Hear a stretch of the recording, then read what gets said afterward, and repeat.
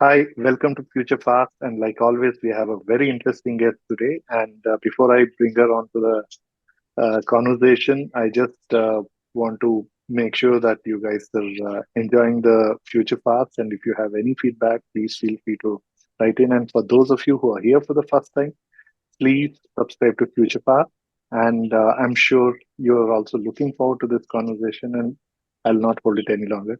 So, Carolina, welcome to Future Fast. We have Karolina Gylfe, rather, I'll take the full name, Karolina Lisslö Gylfe.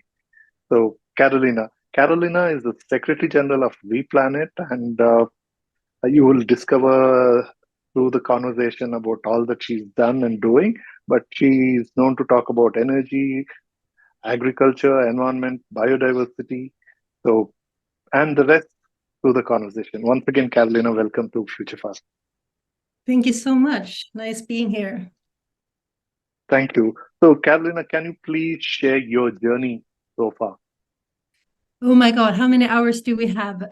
Well, if you go back to sort of from university level, maybe. I mean, I wanted to become a journalist because of my upbringing. I've always been sort of part of the in the school movements of being for equality and justice and democratic procedure, even at high school level. But I wanted to become a journalist actually from start because I wanted to write about injustice in this world. But I ended up as a biologist. And the journey there wasn't as straightforward either. So I started to study Swedish because, of course, you need to be good in Swedish if you want to be a journalist in Sweden, where I'm based. But after the first year, the Stockholm University started a new educational plan, which was called urban and rural planning. So I was like, "Ooh, I'm not going to write about injustice. I will actually do something physical to build away the injustice. I will make sure that we have water supplies and sewage and waste management." So I started the urban and rural planning at the university. But then on my second year, I was by chance traveling to Zambia in southern Africa. So I was doing my studies abroad. And Zambia is a very interesting country because the geology there is amazing. And I was really sort of fascinating the lack of water and how to improve the water systems. And I figured I needed to know a little bit more about how water moves. So I just signed up for an extra course in geology, which made me realize that I really want to study more about water. So when moving back home 1 year later to Sweden, I switched and I started studying biology. And I started in aquaculture in tropical areas was my specialty for the moment. But then I also signed up for one of the courses that was like urban, the need of biodiversity in urban areas. And during one of those walks in the urban national parks, the guide was telling us that species of flowers disappear every year due to the lack of pollination. So, of course, during my studies in biology, me and one of my colleagues decided that we would put beehives in this park and just measure if we could bring any of the species back. So that was like a hobby project that we called park pollination at the time, that eventually turned into a company that is called Be Urban. So I never became an urban and rural planner. I became a beekeeper, actually. Wonderful. And we were one of the first, if not the first, company that actually sold the service of ecosystem service as pollination as a CSR service to other companies. So we were sort of having beehives where companies could raise their own beehive on the roof of their building, and we would take care of the bees, inform all the employers the need of pollination for food consumption, for keeping the green areas in urban cities, and of course the company got to keep their own honey. Wow, So that interesting. Is this still on? Yes, it's still on. I'm not involved anymore, but my colleague Josefina is still running it. How So profitable is this? I'm just curious. well, the first year we didn't make any profit at all, but it turned out that we put like what we thought a decent price of 40,000 SEK, which is 4,000 euros maybe per beehive. And none of the company wanted to pay this per like an annual fee. But when we double that fee, sort of, then it fitted more the budgets of the CSR departments of companies. So then they sign on to beehives. So what started as a Okay. student product is today a company. Wow, I mean, wonderful. But is it self-sustaining? I mean, without the CSR support, can the business still run? the beehives. I mean, the business, can it run Oh, without the CSR support? Is it yeah. self-sustained in the sense whatever the money generated? Yeah, it is. But of course, it had developed since. So it also now promotes like insect hotels, birding nests, green roof plantations. So it's a whole sort of make Okay. buildings part of the green transition in cities. Okay. So Okay. All right. Interesting. Yep. Please go ahead. I think that's very, very interesting. Yeah. yeah. So after the bee ermine, I decided to continue because I always love communication and I believe in the power of communication. So of course I decided to start like a PR firm, which was called Prone Communication, does not longer exist. But I signed up for eating disorder service that was helping anorexia and overweight children to get healthy. So I stayed there for a year. Still, they also took all the treatment was science-based and not just based on feelings like, oh, you should eat what you want. This was like, this is how you should eat and why you should eat and how you can get well. And after a year, I felt like I needed to move on as I set up their communication for social media and made their communication plan, but it was not as much of a challenge, I think. So I wanted to move on. So I just posted on LinkedIn, hey, open from next week, I'm open for new assignments. And then I got a phone call from the founder of Replanet or Matte Centrum, who's like, hey, do you want to come for an interview and teach kids math, or not teach them in person necessarily, but to help kids to get free tutoring in math? And I said, of course I do. Education is the most important thing that I believe can actually make a change in this world. And math is one of my favorite subjects, so it made sense that the more people we have in mathematics, the more people will actually have the knowledge to also solve the science crisis that we have in biodiversity and in climate and in agroforestry and everything. So it was a given. Matte Centrum is Sweden focused.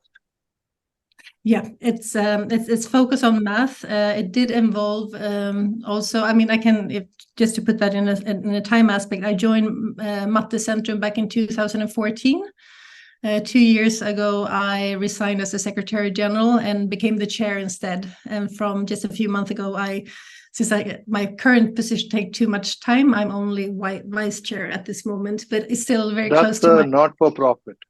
It's also non-for-profit, yes. And volunteer run, is it? People who work for it are volunteer. Okay. Yeah, it started out in Stockholm with a founder helping his neighbor kid, bringing in some other friends of this kid, adding some volunteers, asking a school for a classroom. Then another person in another city is like, I like this idea. Can I start the same here? So what started in one classroom or in one kitchen of the founder actually is all over Stockholm, in all over Sweden, in several cities. And we have a member base, I think more than 20,000 youth using it every month. Wow. And we also translate. Sorry for you just No. You must be familiar with Khan's Academy in US. Yes. That I think Salman Khan is his name. A Yeah. Pakistani immigrant who started it to help his cousin, Matt. It's a, I think it's a multi-million-dollar venture today with Bill Gates funding it, and it's huge. So, Yeah. uh, was that? I mean, is this something backed by uh, someone like Bill Gates as well? Mate Centrum? No, Matte Centrum is like most NGOs, writing applications for different foundations, also working with actually And it with remains fully free for the students. it's free from the student. That's the most important things. They should come and Okay. go and use our digital tools and come to the math labs as often as they want. But it's founded by sponsorships, foundations, individual donations, and campaigns like Christmas campaigns and stuff where people bring.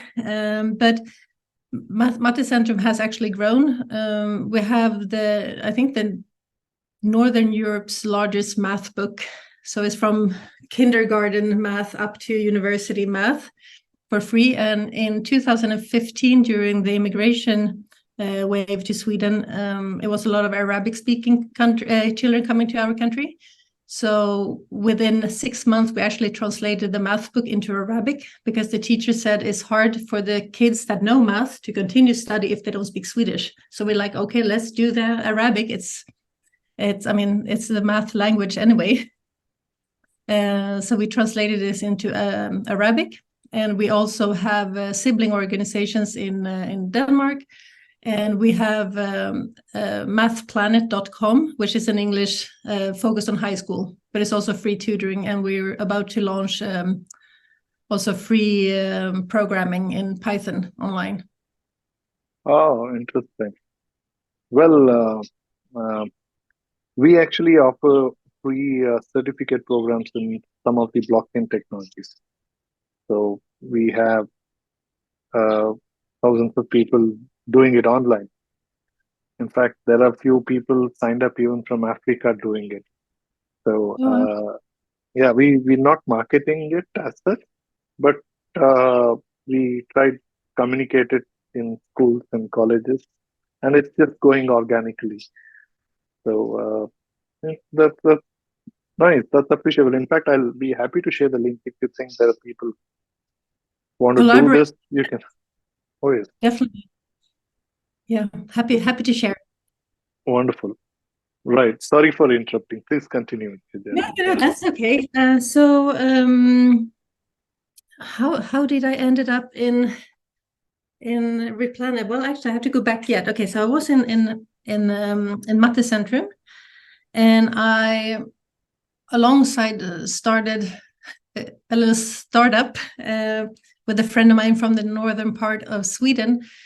She wanted my help because some of the forest owners were just cutting down smaller trees and selling it really for like scrap wood to burn. And she's like, there must be a way to come up that we can, keep the forest growing. And we were thinking about this, and this was particularly big birch forests. And we're like, well, it's been quite popular back in centuries ago, and also still active in Europe and some parts of Asia, I think, to drink birch sap. It's like the coconut water of Scandinavia. So we came up with a plan. If we could actually, as in it actually has a kind of a fruit that you drink out of. no, it's the water. You drill a hole through the Okay. stem, Okay. and you can only get this birch water during 3 weeks. It's during the time that sprouts, it sort of drags up the water from the roots, and to bring the power to get the leaves to sprung. So that's like 3 weeks where you can drill a hole and you can drip out this birch sap. Right. And if you just keep it as it is, it ferments as well. Exactly. You can make wine or beer or everything. Oh, right. Oh, well, it is there as well in India. India also we have that, yeah. But yes, typically for health reasons, it's advised to drink before sunrise or as early as possible or before sun comes into the fork. And if you do that, it is not fermented. It is still nice and good. But as the day progresses, it starts fermenting. Yeah, after 3 days, it start to change the characteristics for sure. So yeah, 3 days. Okay. Here, I guess the same day it gets over. By end of day itself, it's pretty much alcohol. So it's cold in Sweden, and actually when we ah. start, Oh, yeah, right, when right. we start Yeah. drinking, So yeah, it's it's still different snow. here. We have snow on the ground when we start. So when we start drilling, it's covered Oh, in so snow. it'll take 3 days for it to ferment there. Okay. Here it's just 6 hours. It's changed. Yeah, Okay. that makes sense. It does react on heat. But Right. what me and my colleague came up So you with would was, started bottling and selling it? well, it's more complicated than that, but we did that as well. But we came up with a business model for the forest owners, and we said, if you let us use your birch forest. Sorry, come again. Forest owner, as in our forest private property there? Yes, it's a lot of forests are private owned properties, so you cannot go out Oh, and invest in the forest without oh, asking the owners. in India, the forest is a public property. It's government controlled. There's nobody private. There's no private forest as Interesting. such. No, this is most privately owned, and you need permission to do this in Sweden. So, Oh, okay.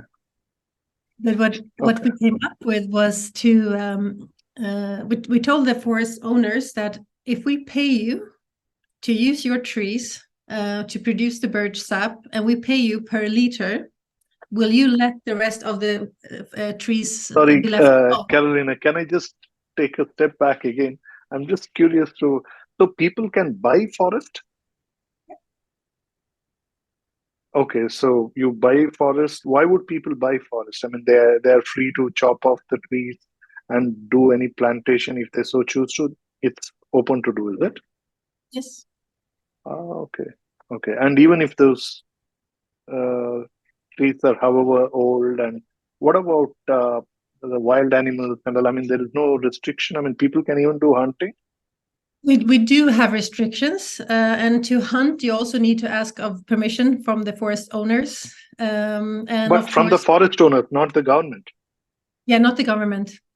The government have some national parks and some natural protected areas, and there, of course, you're not allowed to either drill for birch sap or cut down trees. So, yeah, it's interesting. The big difference in the governance. Right. Interesting. Yes, please go ahead. I just wanted to understand that Yeah, part. Yeah. that's interesting because in Sweden you have the right to walk in the forests and the woods, even if it's private property, as I mean, long as you don't. anybody can walk into anybody's property. You're allowed to actually pick mushrooms. You're allowed to camp. You're allowed to do many things, but you're not allowed to destroy or litter. Okay. And people are not expected to fence since they own it.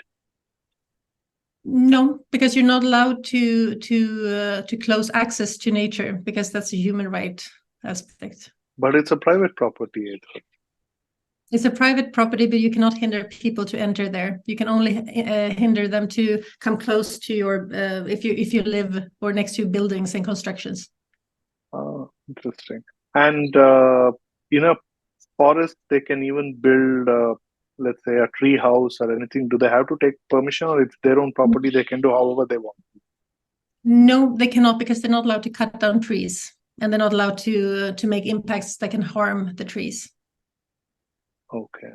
Okay. But they can do camping. They're not allowed to. You're actually allowed to make a fire for cooking, but you're not allowed to make the fires on rocks that are sensitive, or to put a fire out on in sensitive areas, or to harm the vegetation. So it's actually like a step-by-step guide in how to make a fire and how to put out a fire if you are to make a fire. So Okay. And just one last question on this.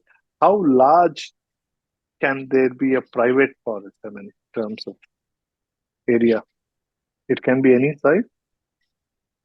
Yeah, I mean, I think it can be huge areas. I know people, well, I don't know them personally, but I know that there's owners that own, several hectares of forests and woods. As in, as So big as, say, a national park, they can be as big. yeah, I mean, you have national parks that are smaller than the private. Oh, okay. Interesting. Okay. All right. Yeah, please. Okay. Continue with that business. Yep. Yeah. Oh, yeah. So this little business is called Greenovate, and we proposed that we would pay per liter to the owners of the forests if they let the rest of the birch would stay in the area where we operate. And this actually makes a bigger contribution to their financial business than just selling it as scrap wood. So we let nature thrive. So we actually found a model that it makes it more profitable for the owners to have the trees continue to stay there than to chop it down. So that was also the good contribution. But as you said, I mean, birch sap is very healthy. It contains a lot of antioxidants, minerals, vitamins, and it's I think that's also a growing market now because you can make, of course, alcohol, as you were mentioning, with the fermentation, but also with in skin creams and healthcare. There's a lot of research going on, and I think, and you can probably don't take me too serious because I can't refer to the articles right now, but I know that there's articles studying that you can reduce the cancer growth. That's a Swedish university. And Wow, that is interesting. skin cells, they seem to live longer in contact with birch sap than water. So, I mean, for cosmetic things, that could be probably very interesting in the future as well. But that is, again, it's my hobby just to let the trees stay. So that is still on, that part of that line of business? Yeah, that's I'm mostly owner and chairing that organization or that company. But my partner up there is working daily. And that's you do you work with CSR funding or it's self-sustained? You can No, it's monetize. self-sustained. Oh, Yeah, okay. but So it's now you're also bottling and selling? it's just also a very small scale startup, so it's kind of not profitable yet, but it will pick up soon. How For do you sure. bottle it? Because it ferments, right? So Yeah. So what we do, since it's cold, we during those 3 weeks, you're up emptying in the big jars or cans or canisters with birch sap. Then we filter it because you do have a lot of bears waking up during this time as well, and they're interesting to of our equipment. So you have to filtrate the birch sap, and then we deep freeze it straight away, because then it can last for longer, and it doesn't lose any of its nutritions. So, but even if you there is no special license required, since it can ferment and it can become alcohol, and it is pretty much the pure alcohol, right? I'm pretty sure there's a lot of people collecting it privately on their properties and maybe ferment it at home. I'm sure. But it's okay to do it. There's no legal restrictions. I think you have to be 18 years of age to drink alcohol in Sweden, first of all, and you're not allowed to sell it because it's hard regulations to sell liquor. But what we do is we do a non-alcoholic sparkling beverage. Correct, but if you keep it, it ferments, so it can become alcohol. So it can become. Yeah. So you just sell it with the advisory that if it can get fermented, if it is not stored in a cold space and becomes alcohol. I mean, you don't need any special permission or licensing to do that. Well, I mean, we don't. The beverage that we sell, it's processed. So we've been stopping the fermentation processing by. Oh, right. Okay. So it's very controlled. To produce and sell beverages or food is very hard restrictions in Sweden. Mm-hmm. So Our products will not continue to ferment after you bought it, because we sell it as a really non-alcoholic beverage. All right. Okay. And what do you call it? Just for the benefit of, We call we it might sap. have some listeners in Sweden who may not have tried it yet. Yeah, it's called zap, like the English word for birch water is sap, but we have it with a Z because the Z capital country, the capital letter of the area where we tap this birch water. Okay. Okay. And are there many such products? Many companies, many brands like that? It's starting to pick up. I mean, when we started this maybe 3 years ago, we were one of the few. But now we see it's more and more birch products popping up, and even internationally, it starts to become more and more popular in the skin cosmetic business or branch for sure. Okay, so you're selling outside of Sweden as well? We haven't sold yet, but people are reaching out to us because it's a rumor that we have a lot of birch sap in the deep freezer. So if people don't have access to birch sap because it's such a short time, they ask us if we can sell, but we keep that for our own production at the moment. We do sell, however, to one company in Finland as an ingredient in their products. But that's a difference. Interesting. Okay. Yep. So that was the short of my journey, why I left. Yeah, I mean, that's the reason why I actually resigned as Secretary General from Matte Centrum, was because I wanted to have full focus to grow my startup, Renovate. But I think I quit must have been, I think, August. My last day at Planet. No, July, 31st of July, 2021 was my last day of Planet. But in July, I was approached by the Swedish branch of Replanet. And they asked me, do you want to be the Secretary General of Replanet Sweden? And I said, like, what do you stand for? And having a first meeting with them, I realized that, oh my God, this organization and another NGO is having a program that is identical with the program I set up back in 2013 when I tried to start a political party. You didn't talk about that. No, you please talk about that. I think that one is like one of the failures of of my career. No, I personally believe failures make us more than the success. Yeah, because success changes us, failure makes us. But when I was approached about this position and I had the possibility to drive my own beliefs as an NGO and not in a political state, it's even better. No, but Karolina, please first share the political party story. That's interesting. Well, this was for the Swedish election back in 2014, and I was completely lost. I didn't feel that I belonged to any of the political parties. I've been everything from left to right to middle in my upbringings, but I had no clue. There was none green enough political party, and the green or the leftish side that had maybe the most green solutions at that time, in my opinion. They were not liberal enough for the economic growth. So I was really like, we need like a liberal green party, was my vision, that believes that we need to have the economic growth and prosperity while doing the right steps toward a sustainable future.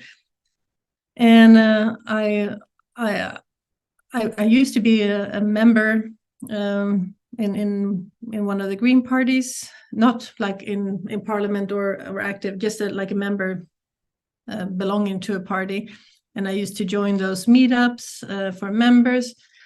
But I was already actually pro-nuclear at this time because it's a sustainable source of energy, and we're in the climate crisis, and we can't exclude that because it's a scalable, clean energy source. And I wasn't felt welcome in the green movement at that time, and it's hard to fight for a joint cause when you don't have the same solutions at all in line. But this was 2013. Election was 2014. So what I did is I was to start a political party. You need to have at least 2,000 members. You need to sign up and register as a political party, and it just wasn't enough time. But it is a cute story though, because it started out with during a lunch with a friend of mine, and we were sitting there, and she's like, "Oh, why don't you just become the prime minister of Sweden?" I was like, "Yeah, I should have this political party, and my slogan will be vote for me once and you won't vote. You don't need to vote anymore. I will just word it for you." So we were laughing and said like, "Oh yeah, this is like dictatorship." So like, yeah, green dictatorship kind of a slogan. And of course that was not what we ended up with, but rather the green democracy was the name that I tried to green democracy. Yeah, green democracy was like the working name. But we just didn't have the time to get 2,000 members and sign up in time for the elections, unfortunately. And you gave up after that? Yeah, because I mean, I started with the Matte Centrum Replanet issues, and it's like, oh, I didn't have enough time, the work-life balance. There's right. So do you ever plan to revive green democracy? Who knows? You know it better. So so it's still there in some corner of your mind? I still think that there is a need. Okay. So no, but a need for you to be in the politics, the need to start an all-new party.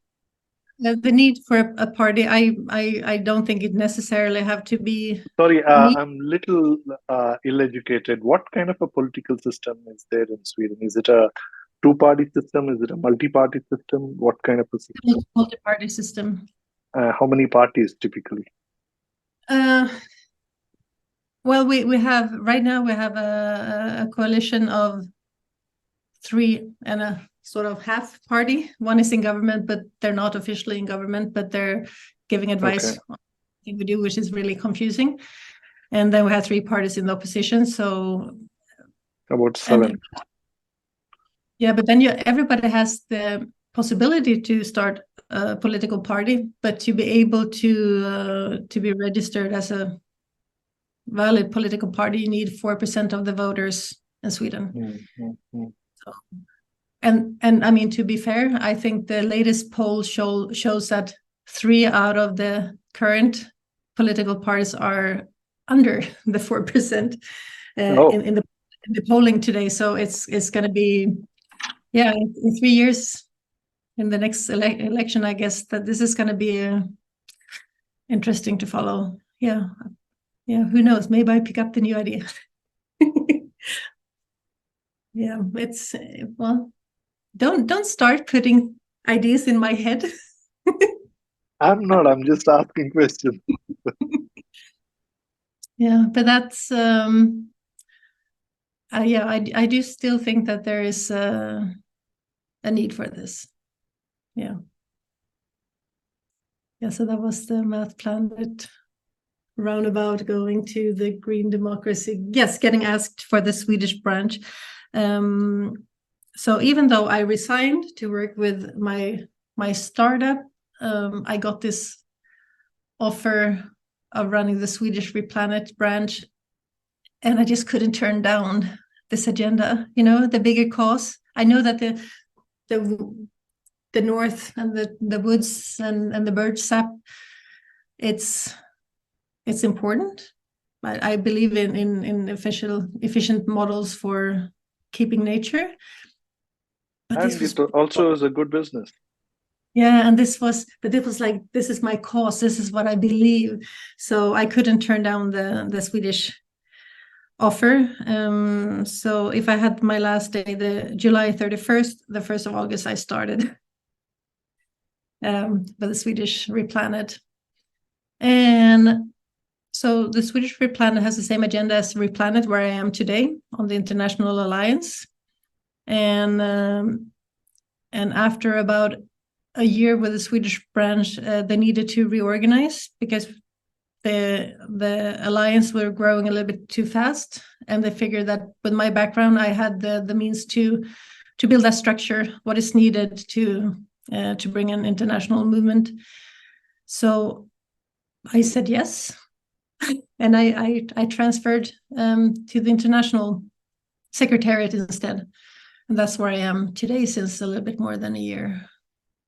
Whoa. So you are pretty much a serial entrepreneur who's very entrepreneurially driven, but also extremely impact focused. What drives you? Where is this coming from?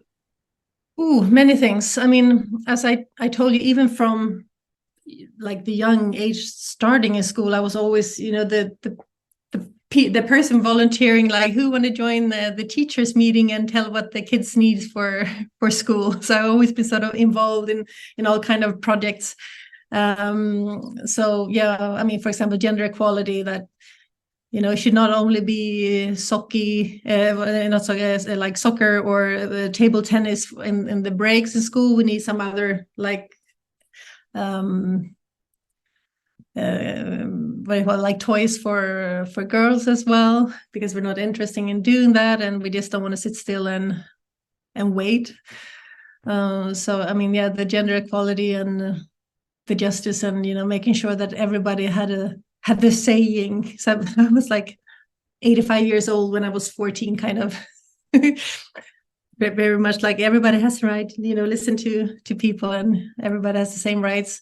What drives me? Efficiency, definitely. I mean, I usually joke about that. I'm one of the laziest people I know, because if I don't have to put too much effort into a thing, I can actually accomplish more because I have more time to do more stuff. So by being lazy, I can be super efficient, I think. That's a good argument, yeah. Yeah, but it's true, and that's true. Yeah. And I think, I mean, yeah, I'm driven. I always say I'm data driven. I like to take data driven decisions. I like to know that I have the numbers supporting me, because sometimes, or actually quite often, you have like, oh, this doesn't feel right, and you just do something because it feels right, but that does not necessarily mean that that's the right thing to do. So I try to take data-driven decisions. Yeah, I mean, the decisions you go, yeah, I mean, yeah, to be more driven by my brain than my heart is. I try to do that, at least. I fail sometimes. Yeah, no, but you still, somewhere in the back of your mind, there is a politician, Karolina, waiting to come out, and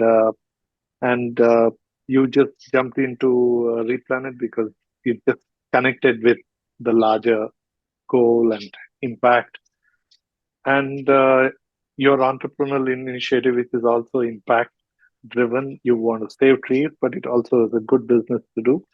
So how do you work towards managing each of these goals, right? Personal goal, that your business goals, and the not-profit goal.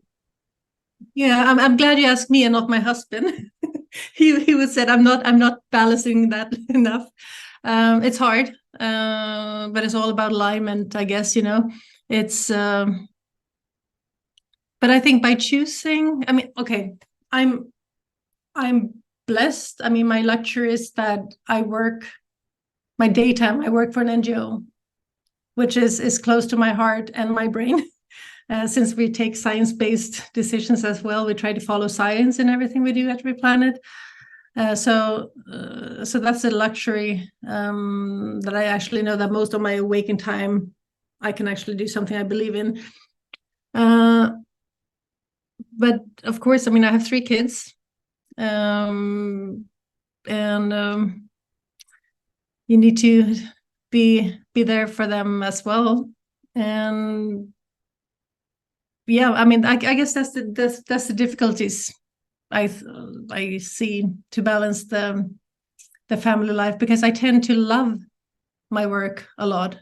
I tend to love my part-time jobs a lot. I love my involvement, volunteer engagement in Math Planet, for example, still.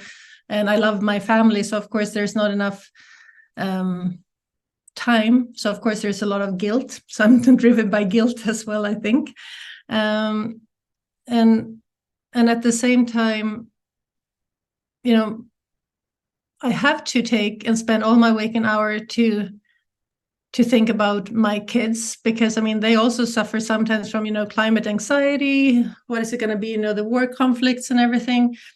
And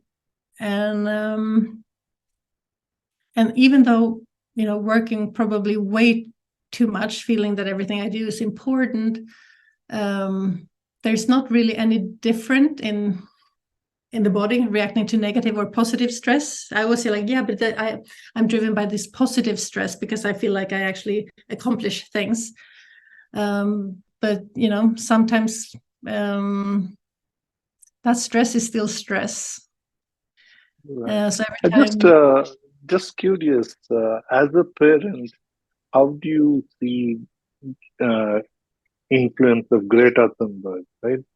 Greta, is that how you take her name, right? Yeah, I mean, she's become a pretty famous name, and there are people who really admire her. There are people who criticize her. I mean, it's always like most things, right? You have both sides. But how do you see what she's doing in the perspective of you being a mother? No, I mean, Greta is a big inspiration for me as well. I remember when she started her climate strikes, because I was with Math Planet there, and people were criticizing her like, "Oh, you should go back to school instead. You're wasting your youth." And I remember, I think it was on Twitter. So, what do you tell your kids? I'm just curious on that. I mean, you encourage your kids to go in that route, go out of the school and protest, or go to school? I always try to encourage them with hope, that and try. I mean, I had the great opportunity to have Hans Rosling as one of my professors at some course back then, and with Our World of Data and going through where we are now, where we come from. That's interesting. What would be his opinion on Greta? Because I'm just curious. Sweden brings up so much of contradiction to the world. That's very nice. Yeah, I think he would really encourage her, because I mean, her strength is that she actually brings in the movement, and even if there's a lot of alarmists and this is going to happen, I mean, it's not like she's wrong, she's actually just calling out this is what is happening. What I think is important, for example, where we at Replanet is doing is to bring that this is going on and elevate that into, and this is the solution. These are the steps we will have to do for not getting into this. And I think that's what I tell my kids as well. It's important to be engaged, because the moment people start caring, then you're not making any change. So Greta is bringing, again, I mean, yeah, if Greta brings the heart, the feelings, the emotions, that this is happening, I would like to tell my kids that the brain stuff, she's right, and we can solve this, and this is how we're going to do it. So I guess. And you would encourage them to go out of school? I mean, that's what I was. How do you see that? I mean, that's one of the things a lot of people were. I mean, it's good, but staying out of school. My kids haven't joined. I think that my oldest son was joining some of the march on the Fridays for Future. And I can't be against that. I mean, my kids knows for sure that school is important and I believe in education, but I still wouldn't. I mean, I also believe in the democratic rights of do what you believe in. So to that extent, I'm not. I would never hinder them to join at all. Or you encouraged your son to go for that? Yeah, but the thing is, when a parent try to encourage their kids to do something, sometimes they just do the opposite as well. I mean, I've joined the March Fridays for Future more times than my kids together. So yeah.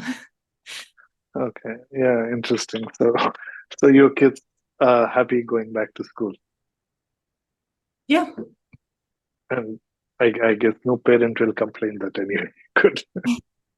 No, but I mean, everybody has their way. And I mean, yeah, what Hans Rosling always said is like, or not always said, this was kind of wrong, but in one of his explanations or in interviews with a Danish journalist, you know, that was bringing on and on what the journalist thought was right. And Hans Rosling just said, well, the thing is, you're wrong and I'm right. And he was, you know, just stating that because they always refer to the data.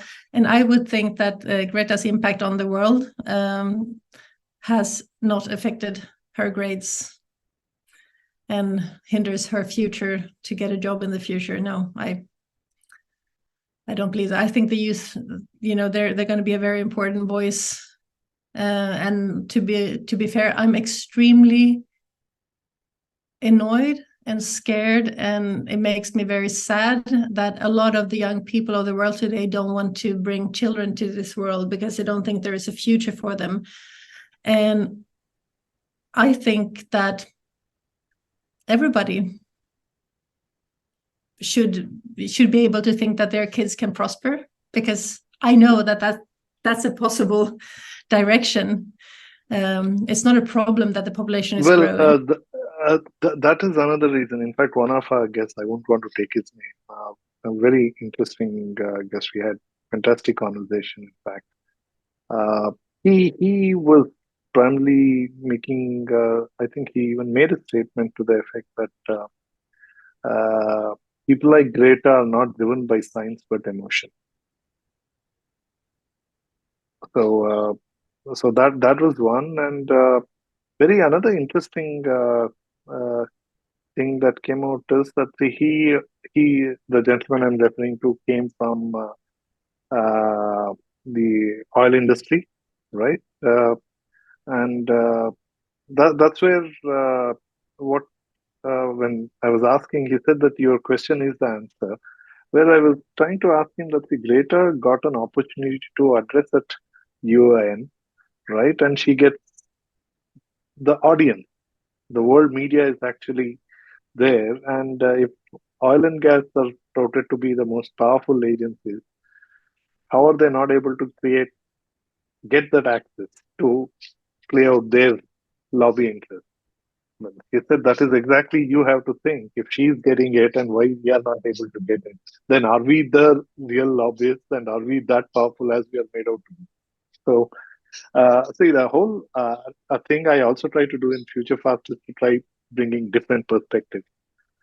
So, idea is that we bring different conversations, and people should listen to everything and make up their own opinions rather than what is dumbed down on traditional media. So, which we have a luxury and opportunity to do through these podcasts. So that's where, which is a very, very fair argument. I thought very right argument. What do you say about it?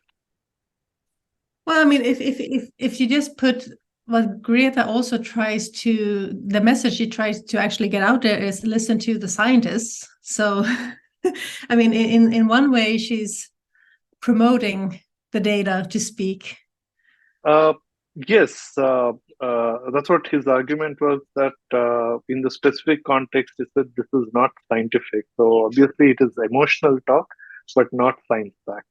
So that was what was coming up. And that has also been some of the critics' feedback in that while as much as that we need to have young voices coming up, but at the same time, we need more educated people being activists than just journalists being activists.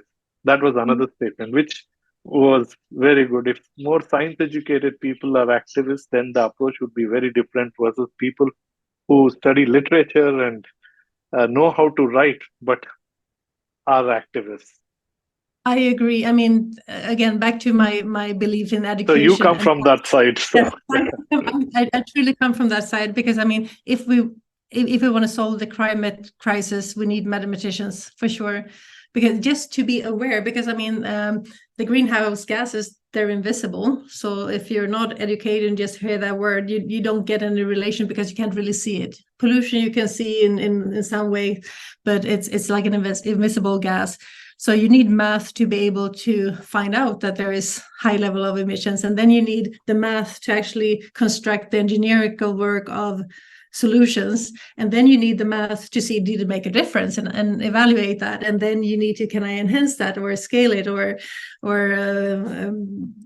come up with another thing. So it's like math all around the world. So the better you're at math, of course, the faster the transition will go. So I mean, yes, math is important. Education is important. Carolina, who are the people who have been a greater influence and inspiration for you to be able to say that what you are today is because of such people? Who the people are? Yes. It's again, it's so many, and yet I think it goes back to being a few. I mean, I would say my grandmother on my mother's side, as long as I can remember, she was running her own business. So Wow. What business? she had a bakery Wow. of her own. Okay. So in when if I had some spare time after school or kindergarten when I was young, you could go to the bakery and sit there and eat cookies. So yeah, very very blessed with cookies from my grandmother when I was a kid. But she also taught me that, you know, because this is back in the 70s and 80s and 90s. Yeah, she worked until she retired, and she was doing this by her own. So she's been a great inspiration that women can make and run their own business for sure. And I would also say that my mom, and I'm sure you're gonna like that. My mom told me when I was really young that, because I was asking her, what do you think I will become when I become older? She said, you will be the Prime Minister of Sweden. So I always have that as a joke in the family about my political aspirations started probably quite young. But my mom was the first woman, or actually the first person in our family to have university studies. So our background comes from the northern parts of Sweden, where, you know, university is not the first option. So my mom has, you know, really early taught me the importance of education for sure. No, but it's very interesting. It's only in the 70s, right? Sweden opened up voting for women. In fact, in India, voting has been there forever since India became independent, and rather, uh, uh, although of course the GDP wise, perhaps India is way behind, but women voting was always there. We even had our first prime minister back in I think 65, 64, 65, who was a woman prime Mm. minister. So, so I mean, it's quite interesting that your grandmother was perhaps started her own business when she could not even vote. Yeah, it's Interesting. yeah, but that's history for me. And I mean, I know I think my grandmother was born 1908 or 1912, and she was brought up in the northern parts of Sweden. And by then, they only went 6 months per year in school. So the boys went to school during the spring, and the girls during autumn, because in the autumn the men were working on the fields and, you know, prepare for winter. So it was just it was really sort of yeah, Oh, it was interesting. Okay. part of the living in how they did And that was how it was till even till 70s, till they made women voting, or that had changed much earlier. No, I think that has changed, but this is, just speaking to my grandmother when she was still alive, about how the world worked when she was young, up in the rural areas of northern woods, kind of. So yeah. Yeah, but they've been inspiring. So I have, I mean, my female women. I guess I'm the third. Yeah, because my mother has also been running companies on herself. So I'm the third generation of female entrepreneurs, I guess, in our family.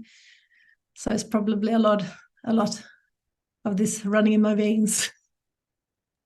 Well, and what about your leaning towards this impact and environment and sustainability? Where does that come from? Mm.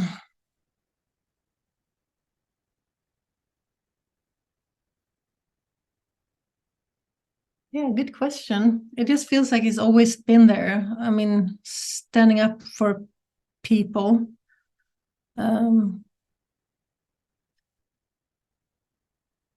I mean, I think I've seen both my parents on various situation reacting to injustice or helping people. If there's been an accident, they've always been like the first one running up, try to help people and just, trying to be a good citizen in some way.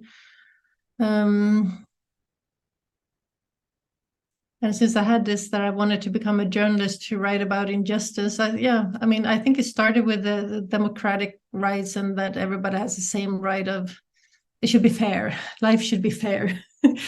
My mother was working in the elderly care business. So that's also been affecting me, about the generation, respect the elder, love those studies that shows that you should actually combine kindergarten and elder care because the kids love that and the older stay younger that way. I actually don't know. Yeah, impactful. Yeah, I don't know. Okay, Just not so. make things better. It's probably a part. Yeah, I just want to improve things. Sure. Build. And also perhaps that visit to Zambia, the Central African country. I think probably that as well. Yeah, I So, mean, yeah.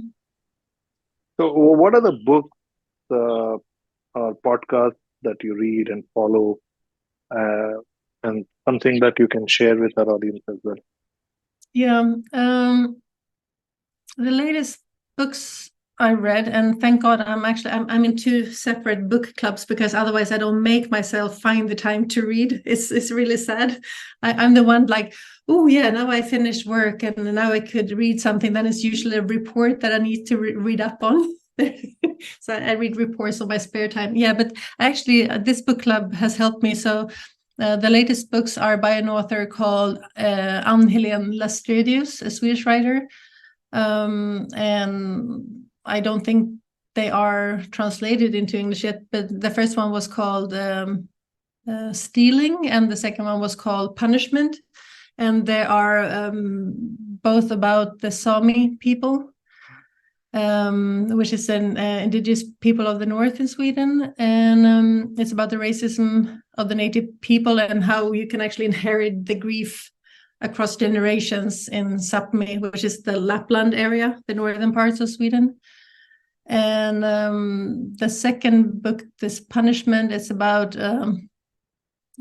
Swedish colonial time, if you wish, because the Sami policy was to actually give the Sami children a poorer and shorter education than the Swedish kids. And they were not considered like full Swedish citizens.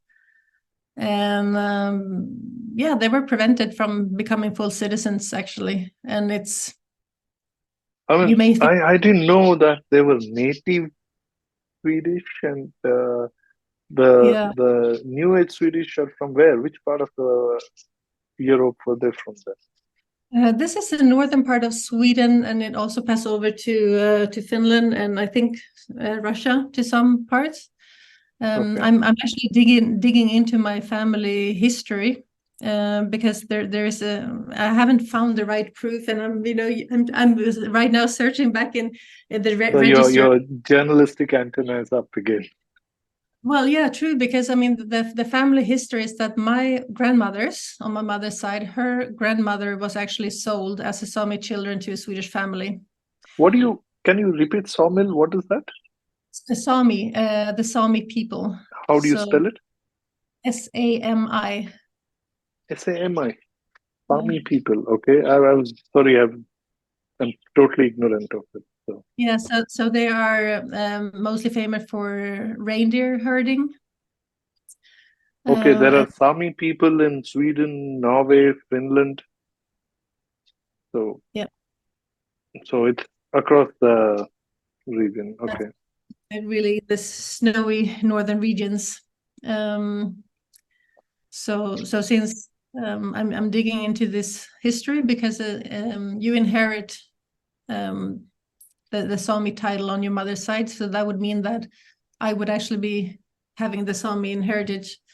And maybe that's why I have this love for nature. So do you still have some language? Because there's some language as well that Sami people speak. Yeah, you have different dialects, like the northern. It's different from Swedish, or? Yes, it is. Okay.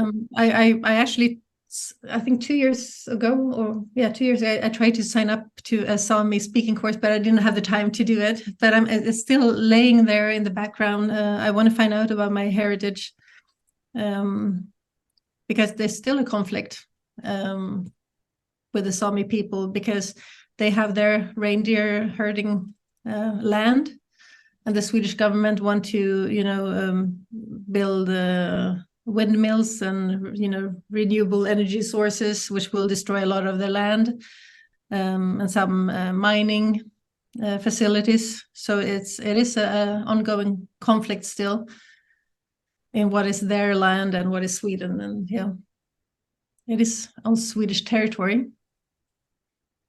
Okay, interesting. So the Sami people don't seem to have the same spirit of nationalism with Sweden, because they see that it goes cutting across multiple nation states today, right? Sweden, Norway, and part of Russia as well. So, okay, interesting. Yes. I was not aware of it at all. So are there English books also about it? Are there any podcasts that you follow? Well, I do have a podcast on my own that I don't have the time to do enough sessions with. I'm happy to invite you to my podcast back, which is it's been mainly on energy, and my latest guest was this young Swedish girl, Ia Arnstut, that we are currently running the campaign with Replanet. It's in Swedish or English or both?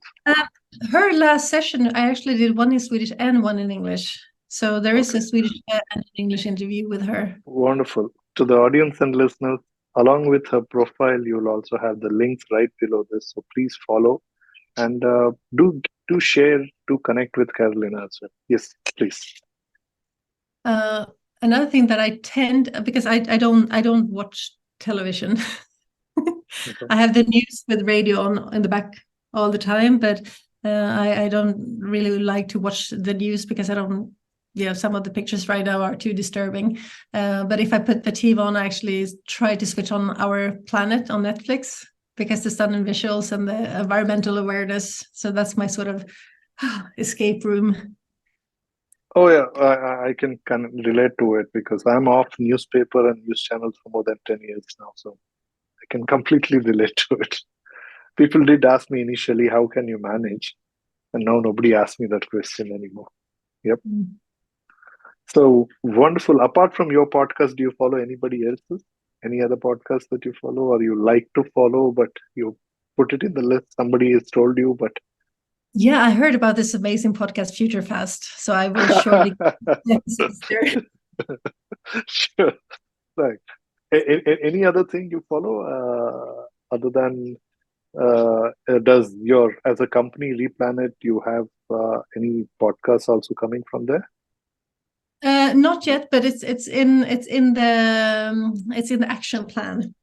Oh, right, okay. Because it is, I think podcast is a really nice format that appeals to many people of today, because they can do exercise while listening or even while driving. So I do believe in the podcast format, and it's also educational, that doesn't really go out of time, because a podcast have a long lifespan.